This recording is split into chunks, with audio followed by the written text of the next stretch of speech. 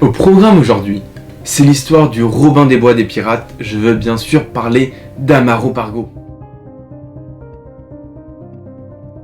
Amaro Pargo, c'était qui? C'était l'un des corsaires les plus renommés en Espagne lors de l'âge d'or de la piraterie au XVIIe siècle. Il a dominé la route entre Cadix et les Caraïbes, attaquant à plusieurs reprises des navires appartenant aux ennemis de la couronne espagnole, principalement l'Angleterre et la Hollande. Il a gagné comme ça la reconnaissance en son temps comme un héros et en vient à être considéré comme l'équivalent espagnol de Francis Drake. Alors pourquoi ce surnom de Robin des Bois espagnol? Eh bien en fait il donnait une grande partie de son butin aux pauvres, il a même fait plusieurs dons dans le but d'améliorer la vie des plus pauvres de Tenerife, notamment pour l'amélioration des conditions de vie des détenus de la prison de San Cristobal de la Laguna.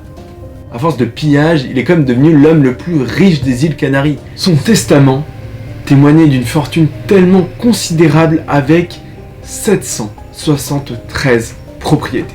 Or, justement, à son testament qu'on va s'intéresser. Après sa mort en 1747, une grande partie de sa richesse va à ses héritiers.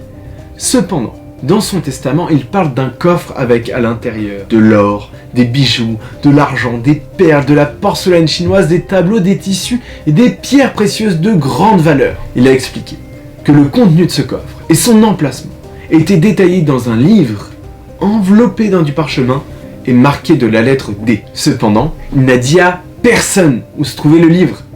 Les chasseurs de trésors ont parcouru tous les endroits imaginables à la recherche du trésor, mais n'ont jamais rien découvert. Ils ont même remué sa maison dans le village de Machado de fond en comble, mais aucune trace du coffre. Même l'entreprise de jeux vidéo Ubisoft a fait réaliser des recherches sur Amaro Pargo, notamment centrées sur sa physionomie, et ça comprenait même l'exhumation de ses restes, mais en ce qui concerne le trésor, rien n'a été trouvé, aucun résultat.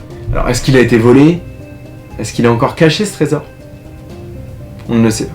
C'est tout pour aujourd'hui, n'hésitez pas à vous abonner à notre chaîne si vous aimez comme nous les chasses au trésor et à lâcher un petit commentaire si vous avez des questions sur Amaro Pargo.